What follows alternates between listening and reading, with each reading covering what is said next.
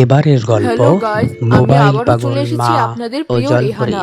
আজ আমি আপনাদের সাথে অনেক গল্প করব।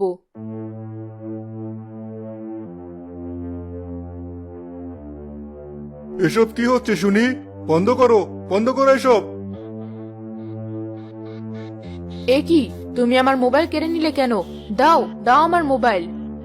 না, এটা আমি তোমাকে কিছুতেই দেব না। এই মোবাইলই হয়েছে যত নষ্টের গোড়া।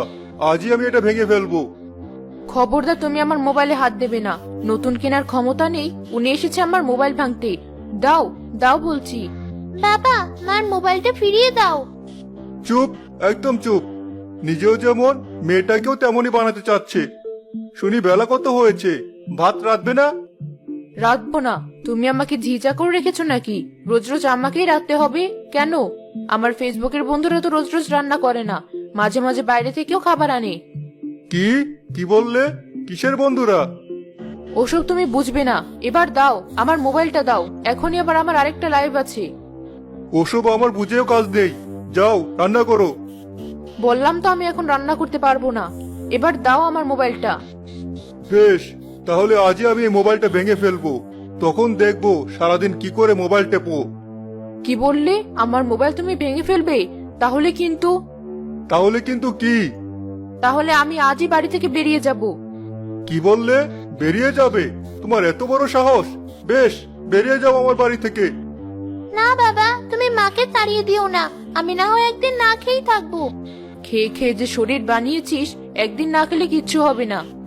ছি ছি ছি রেহানা, মোবাইল টিপে টিপে তোমার এত অধপতন হয়েছে? নিজের পেটের মেয়েকে একথা বলছো? যা সত্যি তাই বলছি। দাও আমার মোবাইলটা দাও। আর এতই যখন বাবা মেয়ের ক্ষুধা লেগেছে, নিজেরাই রান্না করে ফেলো।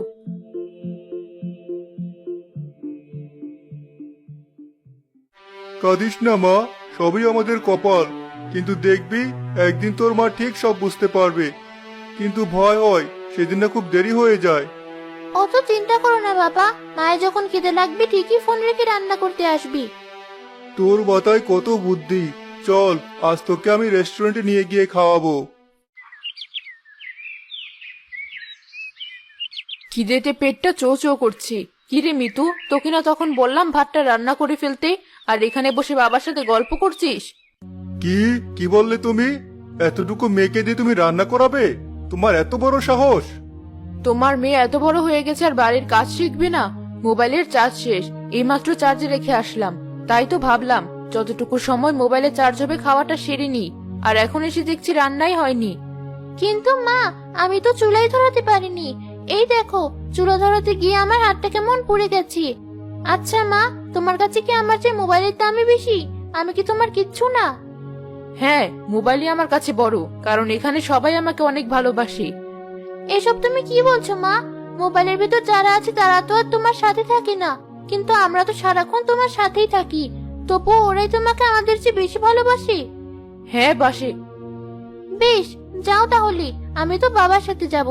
বাবা বলেছে আমাকে আজ নাকি রেস্টুরেন্টে নিয়ে যাবে।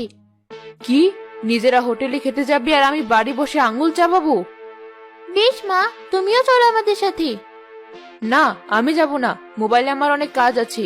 আর তোদের যা চেহারা, তোদের সাথে বাইরে গেলে লোক আমাকেও কথা শোনাবে। যাই, আমি বরং মোবাইল টিপতে টিপতে একটু মুড়ি চিবোই। না, এবার একটা ভিত করতেই হবে। যা হচ্ছে মোটেও ভালো হচ্ছে না। এমন চললে আমি ওকে ওর বাপের বাড়ি রেখে আসবো। এই কথা তুমি মুখেও এনো না। যাই হোক, মা তো আমাদের আপন মানুষই। সামান্য ভুলের জন্য মাকে তুমি তাড়িয়ে দিবে? সে দেখা যাবে। এবার চল তো আমার সাথে। না বাবা, আমি যাব না। মা যখন খিদে পেটে মুড়ি চিবোতে পারে, আজকের মতো আমিও না হয় মুড়ি খেয়ে নেব। বেশ, তোদের মা মেয়ের যা ইচ্ছে তোরা তাই কর। সজল রেগে বাড়ি থেকে বেরিয়ে গেল। মিতুও মন খারাপ করে তাদের পুকুর ঘাটে গিয়ে বসলো।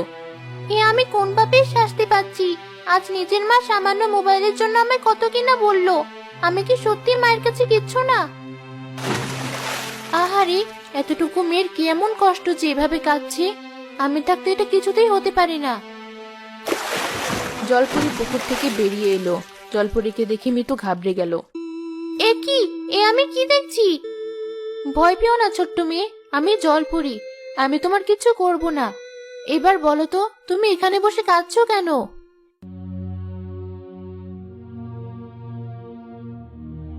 এ তো ভারী নির্দয় কথা। নিজের মা হয়ে কেউ এতটা নির্দয় হতে পারে? এর জন্য তোমার মাকে তো অবশ্যই শিক্ষা দেওয়া উচিত। না না জলপরি, তুমি আমার মাকে কিচ্ছু করো না। শত হলেও সে তো আমার মা। সত্যি তোমাকে দেখে আমি মুগ্ধ হলাম। তবে তোমার মাকে তো আমি শিক্ষা দেবই।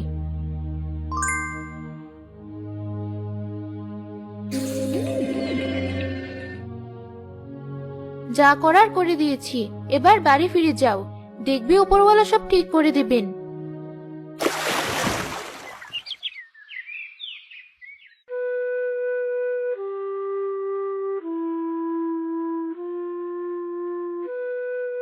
মা, আমাকে না হয় এক বাটি মুড়ি দাও, আমি যে না খেয়ে আর থাকতে পারছি না। জ্বালাস না তো, দূর হ এখান থেকে। দেখছিস না আমি মোবাইল টিপছি?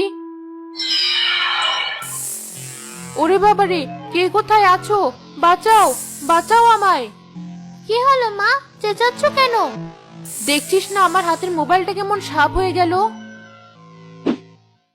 মা, এ কি করলি তুমি? নিজের মোবাইলটা নিজেই ভেঙে ফেললি? রেহানা মাটির দিকে তাকিয়ে দেখলো তার মোবাইলটা ভেঙে গুঁড়ো গুঁড়ো হয়ে গেছে। এ কি, এটা আবার মোবাইল হলো কি করে?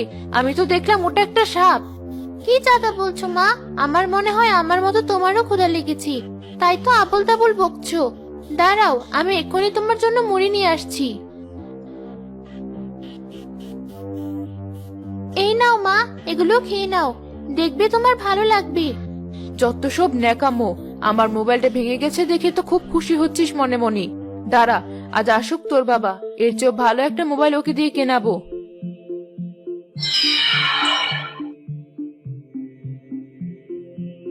এ কি, এটা মোবাইল হলো কি করে? এসব কি হচ্ছে আমার সাথে? কি চাঁদা বলছো মা? মোবাইল কেটে কেটে তোমার মাথাটা একদম গেছে, তাই তো মুড়ি দেখে মোবাইল মনে করছো। এটা মুড়ি? আমার না তোর মাথা গেছে। এই মোবাইল আমায় খেতে দিয়েছিস? তোর এত বড় সাহস!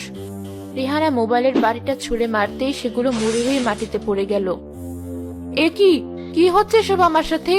না না, আমি কি তবে পাগল হয়ে যাচ্ছি? এ কি মা, তুমি কাঁদছো কেন? আচ্ছা মা, তুমি ভেবো না, আমি এক্ষুনি তোমার জন্য আবার মুড়ি নিয়ে আসছি। কি করব বলো?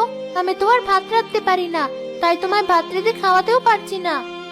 মিতুর কথা শুনেই প্রথম রেহানার খুব মায়া হলো, আর সে তার নিজের সব ভুল বুঝতে পারলো। আমায় ক্ষমা করে দে মা। কোথায় আমি তোকে মাথায় করে রাখবো, ভাত রেঁধে খাওয়াবো? তা না, উল্টো আমি তোকে রাখতে পাঠিয়েছিলাম। আমি তো মা না, আমি পাষণ্ড। আমায় ক্ষমা করে দে।